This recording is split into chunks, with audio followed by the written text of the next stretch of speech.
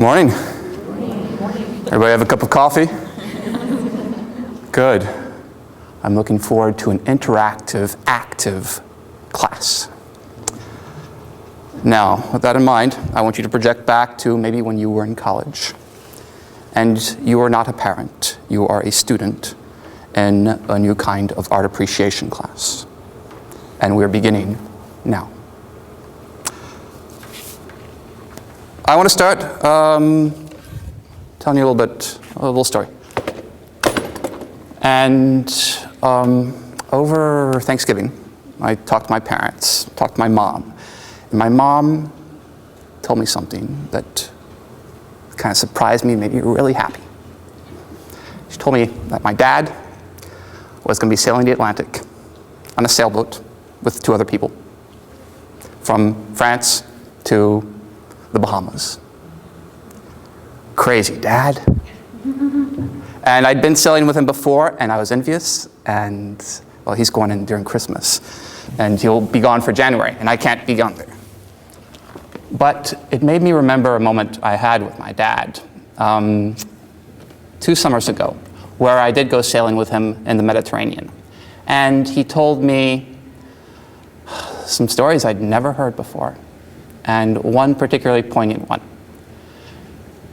He told me that when he was a kid, he loved sailing so much that he wanted to become a professional sailor. He wanted to go into the Marines.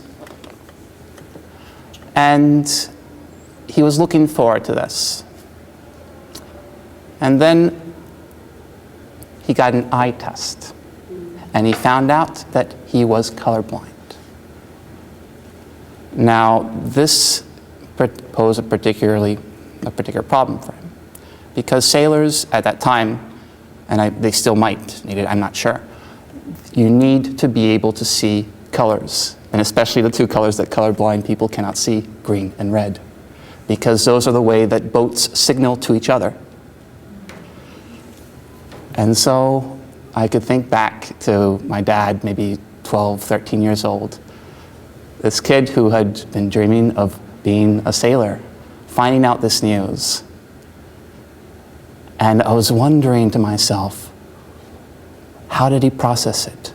How did he think about it? How did he react when he heard that news? Okay, I'll stop there. I'll bring that story back up a little bit later on.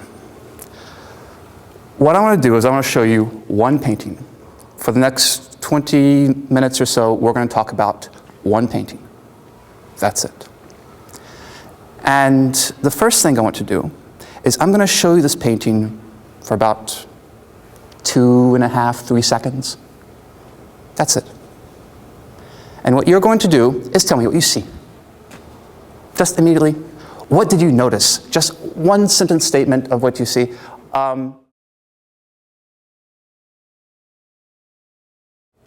That's it. What did you see? A woman taking care of her garden. Would you write that down, please? A woman taking care of her garden. She looks tired, yeah. Okay. She looks tired. Sadness.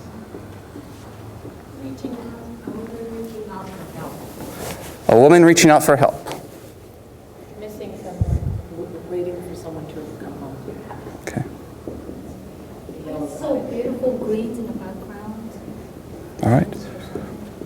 Beautiful greens in a background. Good. Tired, definitely tired, exhausted.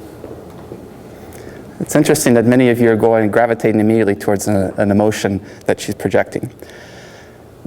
Now, what we're going to do is what I do with the students, but a little bit more quickly and a little bit more directed. We're going to, first of all, look at this painting in detail. Just not put it together yet, but what are we looking at? Just start to gather details. Just like when you read a book, you don't glance through it and then start to analyze it, you read the book. We're going to read through the painting. So what we're going to look for are just details that you see, things that you see. Do you want these written? No. That's it. That's all I want written. Okay, she's reaching out. Good. Right over here. Is there something in her hand I can't see? There might be something in her hand. All right. Good. Okay, do I see a face and a body in the back? Oh. All right. There seems to be something. An angel? Am I? I was afraid to say it. Was I right? We'll take a closer look. All right. She's standing over here. She looks like she's got a branch in her hand, and she's standing apart, facing away. So earlier you said maybe sad looking a little bit. And she seems to be a young woman, kind of pretty, and not very nice clothes, kind of peasant garb, rough skirt and outfit. Okay. There's like white light around the beam behind her. It's an angel. Right over here, we'll take a look closer here. Now, she seems also to be kind of like in a garden area, and somebody noticed all this green. A garden area with, looks like a kind of house, farmhouse maybe in the background. All right. And there, these are these figures that you saw. So, we have one figure here, another one here, and another one right here. This one looks like he's clad in armor. And he's armed with a sword, and he seems to have arms extended. It's very hard to see, but he seems to have arms extended with, looks like a sword.